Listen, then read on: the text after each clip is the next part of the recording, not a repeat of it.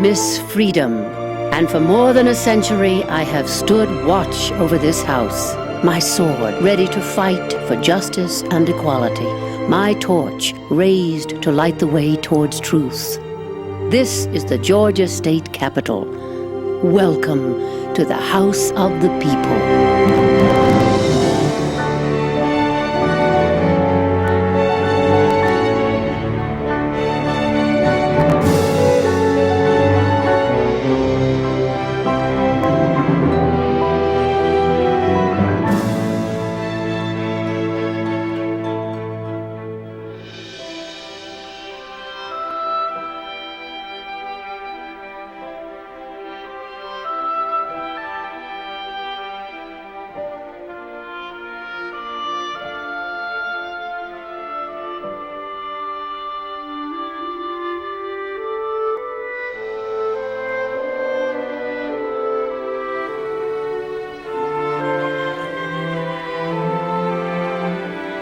This building is the heart of Georgia's government.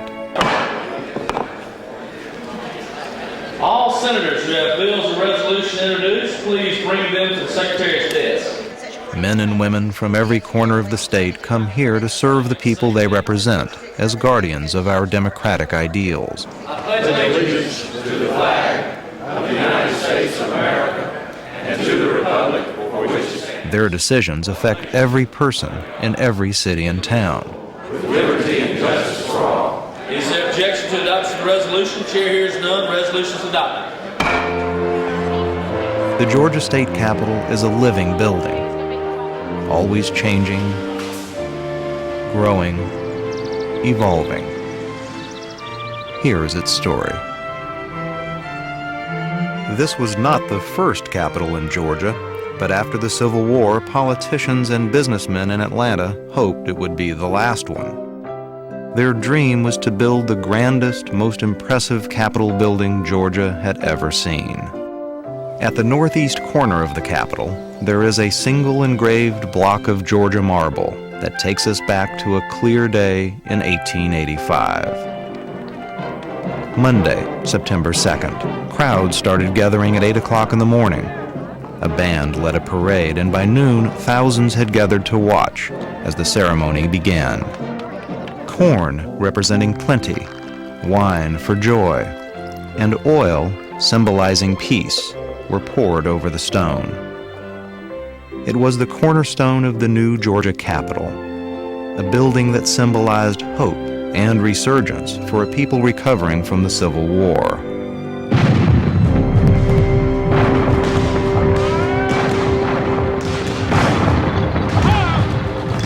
No place was more devastated by the war than Georgia. Entire cities were burned to the ground. Crops, homes, and businesses lay in ruins.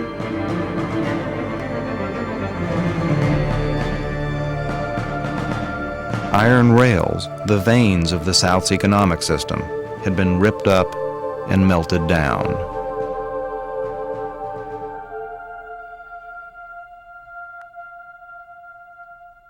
Yet, nowhere in the South were people more industrious, more eager to rebuild and to rise again than in post-war Georgia. On July 4th, 1889, the Georgia State Capitol was officially dedicated. The House chamber was packed. A cannon salute boomed outside the Capitol as Governor John B. Gordon gave the dedication speech. Built upon the crowning hill of her capital city, whose transformation from desolation and ashes to life, thrift, and beauty so aptly symbolizes the state's resurrection, this proud structure will stand through the coming centuries as a fit memorial to the indomitable will and recuperative energies of this great people. Only 20 years after the end of the Civil War, progressive leaders dreamed of making the state an economic power. Their movement, called the New South, encouraged Georgia to build factories to produce and manufacture more of its own goods. The goal? To catch up with the industrialized North. Georgia's capital was built with the same self-reliance. The state legislature was willing to spend half the state's entire annual budget on the new capital, with only one demand. As far as possible, it must be built with Georgia materials. Other than the Indiana limestone covering the capital's exterior, almost everything you see is a product of the Georgia earth. The floors are covered with more than 1.5 acres of Georgia marble. The wood came from our forests. Much of the steel supporting the building was rolled from Georgia iron ore. The most striking example of all is the shining gold on the Capitol's dome. But the dome didn't always look like this. For 70 years, it was dull, galvanized steel. In 1828, gold was discovered in the North Georgia mountains near Dahlonega in Lumpkin County. 130 years later, that gold, passed down through families or panned from streams, was donated by individuals to cover the Capitol dome. A plaque dedicated to Lumpkin County citizens hangs in the Capitol's entrance.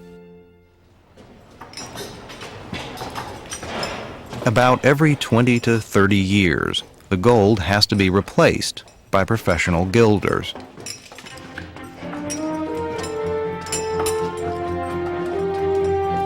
Early each workday, these men and women wind their way up over 200 steps that lead through the inside of the rotunda and up to the dome. All right, Mike, you want to hook me up? Check me out? After careful inspection of their equipment, they climb over the side to begin work. Little flag.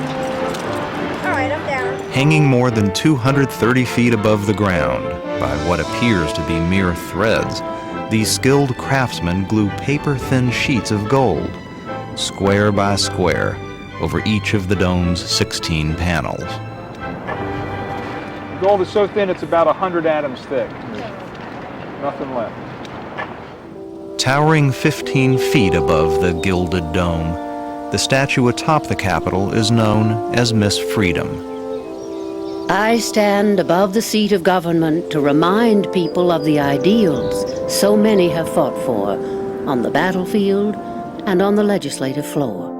The light of knowledge and truth, the right to freedom and justice. Miss Freedom looks down on the 5 acres surrounding the Capitol. 100 years ago, these grounds were empty. Today, the Capitol's carefully tended lawn is alive with flowers, trees, memorials to Georgia's history, and statues honoring some of its great leaders. The Capitol's classical design, chosen for its imposing, enduring elegance, has withstood the ravages of time, but not without a great deal of care. It takes constant work to keep this old building beautiful.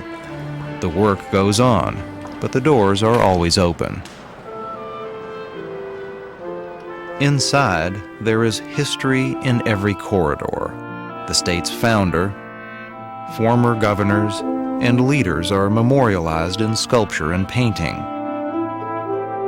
A valuable rare flag collection reminds us of our heritage. Here, the past and present merge. The Capitol is a work in progress, always alive with the public's voice, the sound of visitors, and of course, the hum of government at work. 255 out of 2,900 precincts reporting. Over. Secretary of State's office. Election night in the Secretary of State's office on the second floor. Supporters and staff wait anxiously as returns come in from precincts throughout the state. He's at 72,000. Each number is a vote, and behind each vote, a man or woman who believes in democracy. The life of this building is dynamic. It is the seat of government, a museum, a stage. Whenever occasion and weather permits, the Capitol provides the backdrop for the inaugural ceremonies.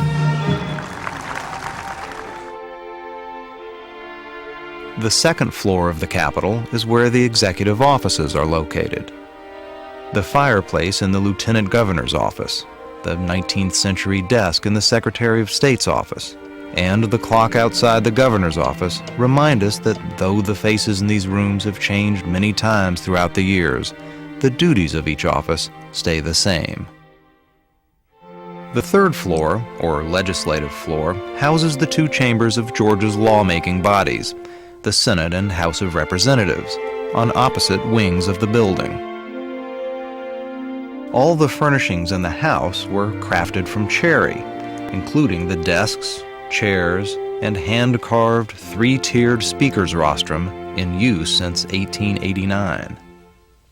The Senate chamber, smaller but no less imposing, is furnished entirely with oak, including the President's rostrum, where the Lieutenant Governor presides.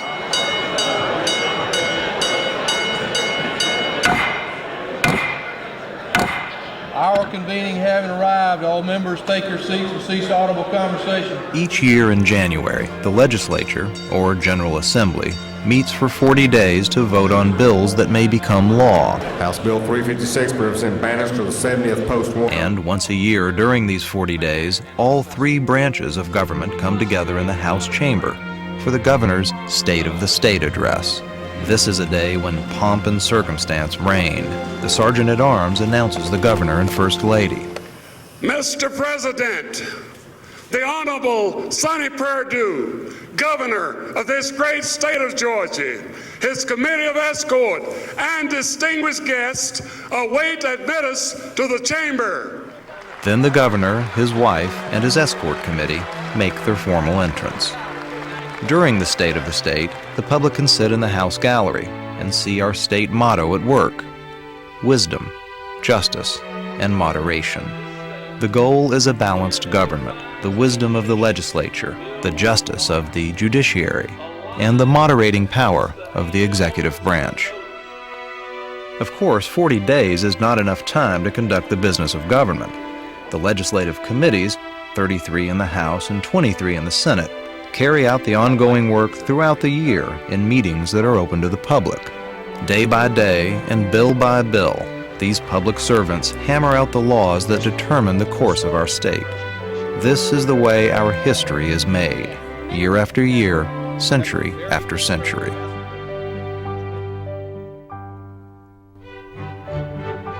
And for more than a century, on top of the Capitol, there is a statue that has witnessed our history. I have seen fortune and tragedy, triumph and defeat, and every day it begins again, the great struggle to fulfill the promise of equality, freedom, and democracy. Today, I look out over a very different Georgia from the one I first saw in 1889, and I see that the dream for a new South has come true. Georgia has grown, developed, industrialized. Today, it is an economic leader, not only in the South, but also in the nation. And it all started over 100 years ago. A stone was set, a symbol of the future constructed, and a building rose up around a dream that has come true. The Capitol is beautiful, its craftsmanship superb, its architecture grand. But what matters most is the people, the hundreds of men and women who come here to work, and the millions of Georgians they represent. It is their house. It is the house of the people.